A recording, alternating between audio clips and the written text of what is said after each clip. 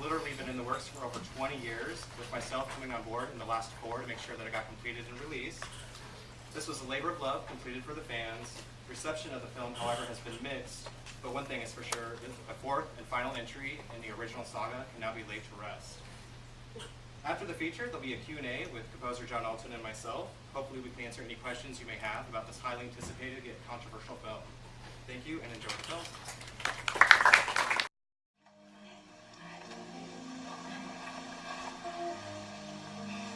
What's the matter?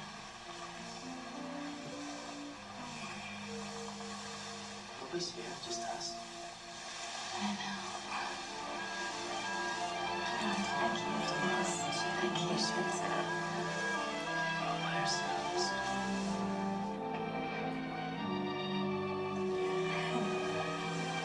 It's nice.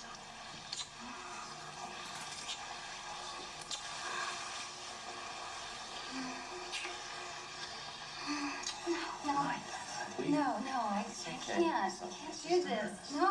What are you talking about? I can't. Get up. No.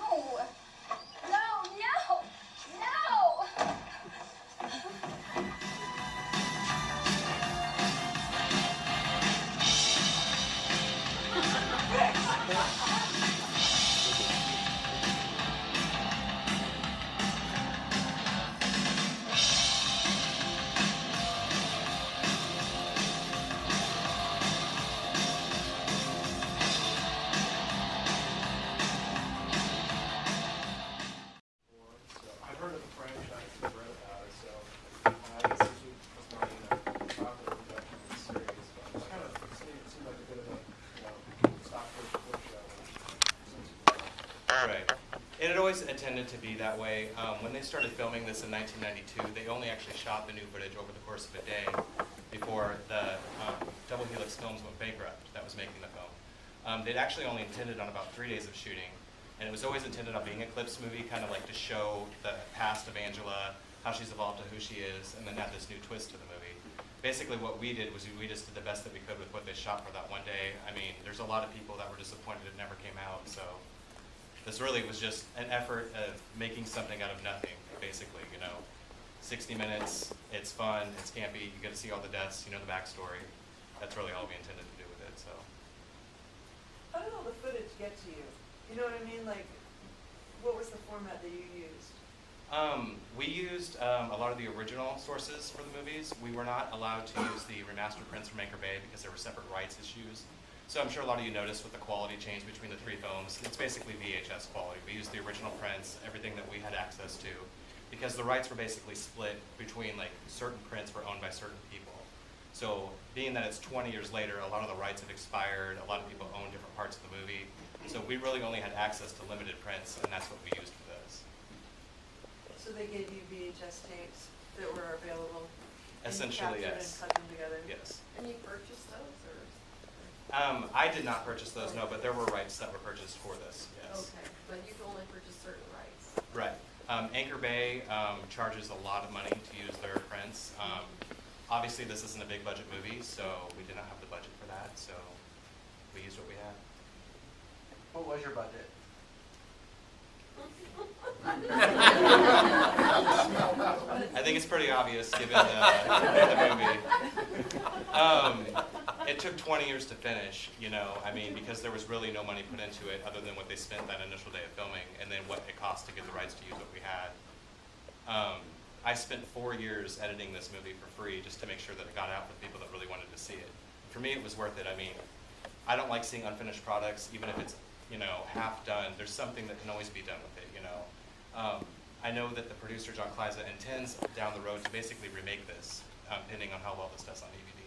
He wants to go out and actually shoot the whole script the way that it was written, do it over again with the remastered prints. So this is basically sort of like a test run on the film.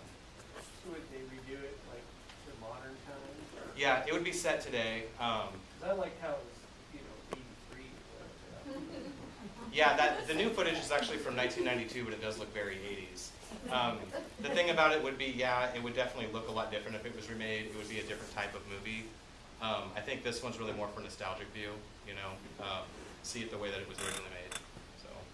The footage that they shot on that one day, when you got it, did you have You know, and did you have any idea how you were gonna put it all together, or were they just like, here's what they shot on the day, now make something of that? That's pretty much exactly what it was. So you had to look at it and go, how can I put this together? Yeah, I worked with John Kliza basically over the internet putting this whole thing together, and I think we went through 13 or 14 cuts of the movie before we made the final cut. There were lots of different ways that it ended, lots of different clips that we used instead of the ones that we did use. It was kind of like, well, there was a box set that came out in early 2000s that contained the first 3 movies, and then a bonus disc that had all of this raw footage that they shot. That's basically what we were given, was the raw footage, and then they had also recorded voiceovers separately. So we were given the footage, the voiceovers. Between me and John, we had to come up with the movie. So John, Dustin, when you got the current film, was it in 35 millimeter, or did you get it on disc, or? Everything was digitized. So like with it being modern day, this is all done over the internet. This is all done, So you didn't edit? yeah, no reel-to-reel, no film cutting. It made it easy. I mean, it saved on the budget, obviously, so. So all the music that we heard throughout this movie was all. Mostly? was all Mostly mine, John yeah. Alton.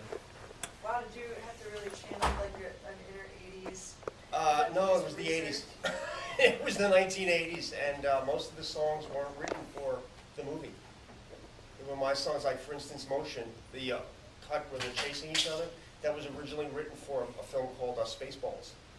Spaceballs the movie. Yeah, and my lawyer didn't get it to the producers on time, so it never made the movie, and so it just sat there. And we just remixed it. I was telling Dustin today, I went into the studio and I found all these alien voices that we did 25 years ago, that are not heard. So I was just in New York last week, just doing all these mixings. So you didn't actually compose anything new for this, you were using? I did Sleepaway for the film, on Sleepaway 3, and that was written specifically for that movie. And that was just, we had a blast doing it, because it was just, there were so many kind of spoofs on the thing, because in the middle, when I read the script, it just didn't do anything for me, and I got writer's block.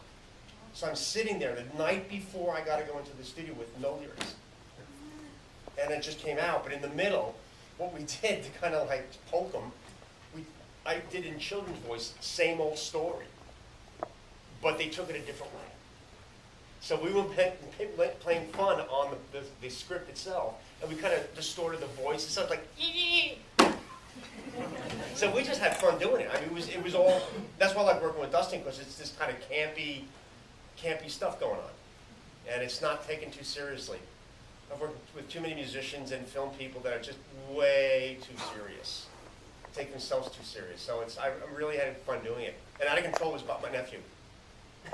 He's a drug addict in New York, so it was perfect. Well, the whole movie, I mean, obviously it's supposed to be campy. The first 3 Sleepaway Camps, the first one was the most serious one of them, and then starting with number 2, they got Right. really, really cheesy and campy. Right. So I think number 4 is just not meant to be taken serious. A lot of the reviews on the internet, it's kind of split. There's people that appreciate it for what it is and that it encompasses what a Sleepaway Camp film should encompass. But a lot of other people were disappointed with how it is because it is so campy. It's not a straightforward part 4, and it never intended to be, you know, despite what a lot of people thought about it. I mean, the footage is more limited in what we had now, but it's always essentially supposed to be what it was. And this was supposed to end it with a new twist originally, so. Yeah, that's the one thing I did get out of that, was the fact that they didn't take it too seriously back in the 80s. It was basically done with fun. It was a kind of campy, almost cartoony thing. You know, with the jokes were just so like, oh God. You know, but it was fun. It was fun. I mean, they do it a lot now with Hollywood films, like there's the scary movies and the movies that do a lot of spoofing, but this isn't the 80s anymore, you know, nobody does stuff like this. This is the last of, you know, what's left of 80s horror, basically, what we just saw here. You know, trying to kind of keep it alive a little bit, so. Well, anybody got anything else? Thank you very much for coming out. I hope you guys decide to purchase it. It is only $1.99 streaming, only $2. Say you saw it in the theater, it'd be awesome. Thank you a lot. We appreciate it. Before I'd like to say something. Working now with Dustin on his other films, on his new films, is such a joy for me, because it's taken me out of, I went into the art business and just put my guitar down, and now I have the opportunity to write again. And it's really, working with Dustin is so freeing, because after working with Warner Brothers and Universal and, you know, Hollywood people, it's just, you know, there's so many different paychecks and so many different people that you have to go through all these committees. And now being free again, it's just, it's free. What are you working on now? I'm not sure how much we could talk about it, but what I can say is I'm involved in directing a double feature that's similar to Grindhouse that John Kleiza is funding with the profits from this movie. The first film is called Glory Graduation. We start filming it hopefully in August. So watch for that. John Alton will be involved, of course, with his music. So it's basically kind of a throwback to 80s horror. It takes place in like 1981. We're filming it in an old abandoned school. Basically, like what a lot of people who know me, this is sort of my niche, you know. I loved 80s horror. I grew up with this stuff. I want to keep it alive. There's no reason for it to go away. I think it can always be done in this style, and it's fun, and people enjoy it, so why not?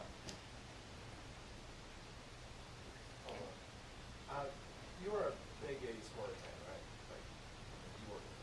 And I was kind of wondering, what is your favorite 80s horror movie? I'd have to give you a list of about 10 of them. Oh, A few of my favorites, it's funny working on this because of the hate for what a lot of people consider for this movie. My favorite film is Halloween 3, which is the most hated in the series. I actually really like that. You do? Yeah. Awesome. More people need to love that movie. It's very different, you know. I really like the stuff that's really out there that really makes you think.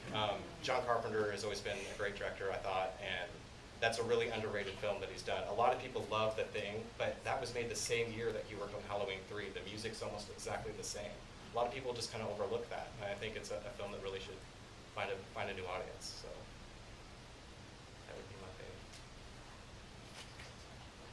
Right. Yeah, I'm working right now. I have a song that I wrote back in the, mid to late 80s. It's called Nightmares. And it was written, I was supposed to do the lead track for Freddy 4. When Dokken got it.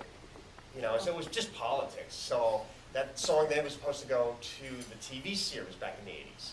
Because there was a television show, Freddy's Nightmare, or whatever the hell it was. And so now this song has been sitting there for 25 years, and we make just using it because it's just this fun. I just had fun writing these things. It was just campy. You know, because nothing was really serious, and it shouldn't be serious. Too many people get serious about this stuff. It's like, you know, relax a little. You know, so. The point is to have fun, and I think we have fun. We hope you guys did too. So we definitely appreciate your support. Thank you.